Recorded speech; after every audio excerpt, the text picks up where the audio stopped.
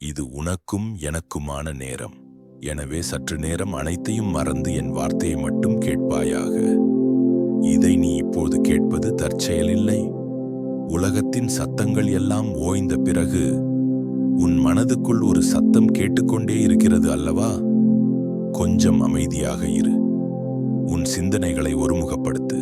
உன்னை சுற்றி என்ன நடந்தாலும் பரவாயில்லை. இப்போது நீயும் நானும் மட்டும்தான். உன் இருதயம் கனத்திருக்கிறது என்று எனக்கு தெரியும். முகம் முழுக்க சிரிப்பை பூசிக்கொண்டு உள்ளுக்குள் அழுது கொண்டிருக்கிறாய் என்று எனக்கு தெரியும். யாரோ ஒருவர் வந்து பரவாயில்லை, எல்லாம் சரியாகிவிடும் என்று சொல்ல மாட்டார்களா என்று உன் ஆத்துமா ஏங்கிக் கொண்டிருக்கிறது. மகனே, மகளே, உன் பாரத்தை இறக்கி வைக்கத்தான் இந்த நேரம். உன் குடும்பம், நீ உயிராக நேசிக்கும் உன் குடும்பம். ஆனால் இன்று அதுவே உனக்கு மிகப்பெரிய அழுத்தமாக மாறியிருக்கிறது. காலையில் எழுந்ததிலிருந்து இரவு தூங்கும் வரை நீ ஓடிக்கொண்டே இருக்கிறாய். எல்லோருடைய தேவைகளையும் பூர்த்தி செய்கிறாய். எல்லோருடைய முகத்திலும் சிரிப்பை வரவழைக்க நீ பாடுபடுகிறாய். அப்பாவுக்கு என்ன வேண்டும், அம்மாவுக்கு என்ன வேண்டும், பிள்ளைகளுக்கு என்ன வேண்டும், வாழ்க்கை துணைக்கு என்ன வேண்டும் என்று பார்த்து பார்த்து செய்கிறாய். ஆனால் உனக்கு என்ன வேண்டும்? நீ நன்றாக இருக்கிறாயா என்று கேட்கத்தான் அங்கு ஆட்கள் இல்லை. இந்த தனிமை உன்னை வாட்டுகிறது. சில நேரங்களில் கோபம் வருகிறது. நான் யாருக்காக வாழ்கிறேன்? என் உழைப்புக்கு என்ன மதிப்பு? என்னை ஒரு இயந்திரம் போல நடத்துகிறார்களே என்று உன் மனம் குமுறுகிறது. வெளியே சொல்ல முடியவில்லை. சொன்னால் சண்டை வரும், சமாதானம் கெட்டுப்போகும் என்று பயந்து எல்லா வார்த்தைகளையும் நீ உனக்குள்ளேயே விழுங்கிக் கொள்கிறாய். அந்த அடக்கி வைக்கப்பட்ட வார்த்தைகள்தான் இப்போது உன் நெஞ்சை அடைக்கும் பாரமாக மாறியிருக்கிறது. எல்லோரும் உன்னை பலசாலி என்று நினைக்கிறார்கள். அவன் பார்த்து கொள்வான், அவள் சமாளித்து விடுவாள் என்று சர்வசாதாரணமாக சொல்லிவிட்டு போகிறார்கள். அந்த எதிர்பார்ப்பு, அந்த எக்ஸ்பெக்டேஷன் தான் உன்னை நசுக்குகிறது. நீயும் ஒரு மனிதன்தான். உனக்கும் உணர்வுகள் இருக்கிறது. உனக்கும் சோர்வு வரும், உனக்கும் அழுகை வரும். ஆனால் அழக்கூட முடியாத ஒரு சூழ்நிலையில நீ சிக்கிக் கொண்டிருக்கிறாய். பணம் ஒரு பக்கம் அழுத்துகிறது, பொறுப்புகள் ஒரு பக்கம் அழுத்துகிறது. எதை சமாளிப்பது என்று தெரியாமல் விழி பிதுங்கி நிற்கிறாய். சில நேரங்களில் எங்காவது ஓடிப்போய் விடலாமா என்று கூட தோன்றுகிறது. எனக்கு மட்டும் ஏன் இவ்வளவு போராட்டம்? நான் என்ன பாவம் செய்தேன் என்று என்னை பார்த்து கேட்கிறாய். என் அன்பு பிள்ளையே, நான் உன்னை உற்று பார்க்கிறேன். நீ சோர்ந்து போனது தவறு இல்லை. நீ களைத்து போனது பாவம் இல்லை. நீ பலவீனமானவன் அல்ல. நீ இவ்வளவு காலம் தாங்கினாயே, அதுவே உன் பலம்தான்.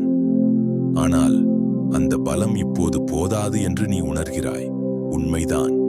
உன் சுய பலத்தால் இனி இதை தூக்க முடியாது.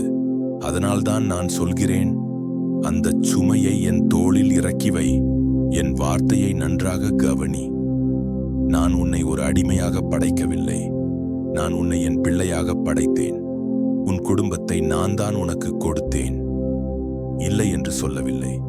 ஆனால் அந்த குடும்பத்தின் பாரத்தை நீ தனியாக சுமக்க வேண்டும் என்பது என் சித்தம் அல்ல. நீ அனைத்தையும் உன் தலையில் தூக்கி வைத்துக் கொண்டு என்னால் முடியவில்லை ஆண்டவரே என்று கதறுகிறாய். கீழே இறக்கி வை. முதலில் உன் மனதிற்குள் இருக்கும் அந்த குற்ற உணர்ச்சியை தூக்கி எறி. நான் இன்னும் அதிகமாக செய்திருக்க வேண்டுமோ? நான் நல்ல மகன் இல்லையோ? நான் நல்ல தாய் இல்லையோ என்ற கேள்விகள் உன்னை வதைக்கின்றன. வேண்டாம், நீ உன்னால் முடிந்ததை செய்திருக்கிறாய். உன் அன்பில் எந்த குறைவும் இல்லை. மற்றவர்கள் உங்களை புரிந்து கொள்ளவில்லை என்றால் அது அவர்களின் குறை, உன்னுடைய குறை அல்ல. மனிதர்கள் முகத்தை பார்க்கிறார்கள். நான் உன் இருதயத்தை பார்க்கிறேன். உன் குடும்பத்திற்காக நீ சிந்தின ஒவ்வொரு துளி வியர்வையையும் நான் கணக்கில் வைத்திருக்கிறேன். அவர்கள் நன்றி சொல்லாமல் போகலாம். அவர்கள் உன்னை தூக்கி எறியலாம். ஆனால் நான் உன்னை ஒருபோதும் கைவிட மாட்டேன். இப்போது ஒரு முக்கியமான உண்மையை சொல்கிறேன். உன் குடும்பத்தை மாற்றுவது உன் கையில் இல்லை. உன் கணவனின் குணத்தை, உன் மனைவியின் சுபாவத்தை, உன் பிள்ளைகளின் போக்கை உன்னால் மாற்ற முடியாது. நீ அதை மாற்ற முயற்சிக்கும் போதுதான் சோர்வடைகிறாய். அதை என்னிடம் விட்டுவிடு. நான் மனிதர்களின் இருதயத்தை மாற்றுகிறவர். கல்லான இருதயத்தையும் சதையான இருதயமாக்க என்னால் முடியும். நீ போராடியது போதும். நீ வாதாடியது போதும். நீ அழுது புலம்பியது போதும். இப்போது அமைதியாக இரு. வேதம் சொல்கிறது, வருத்தப்பட்டு பாரம் சுமக்கிறவர்களே, நீங்கள் எல்லாரும் என்னிடத்தில் வாருங்கள், நான் உங்களுக்கு இளைப்பாறுதல் தருவேன். நான் உனக்கு தருவது பணத்தை அல்ல, புகழை அல்ல. நான் உனக்கு தருவது இளைப்பாறுதல். உன் மனதுக்கு ஓய்வு தேவை. உன் சிந்தனைக்கு ஒரு தூக்கம் தேவை. எப்பொழுது பார்த்தாலும் அடுத்து என்ன நடக்கும், நாளைக்கு என்ன செய்வோம் என்ற பயம் உன்னை அரித்துக் கொண்டே இருக்கிறது. நாளைக்கையை பற்றி கவலைப்படாதே. நாளைக்கான தேவையை நான் அறிவேன். வானத்து பறவைகளைப் பார், அவை விதைப்பதுமில்லை, அறுப்பதுமில்லை, ஆனாலும் நான் அவைகளுக்கு போஷிக்கிறேன். உன் குடும்பத்தை காப்பாற்ற நான் இருக்கிறேன். நீ ஏன் அந்த பொறுப்பை உன் தலையில் எடுத்துக் கொள்கிறாய்? நீ ஒரு கருவி மட்டுமே.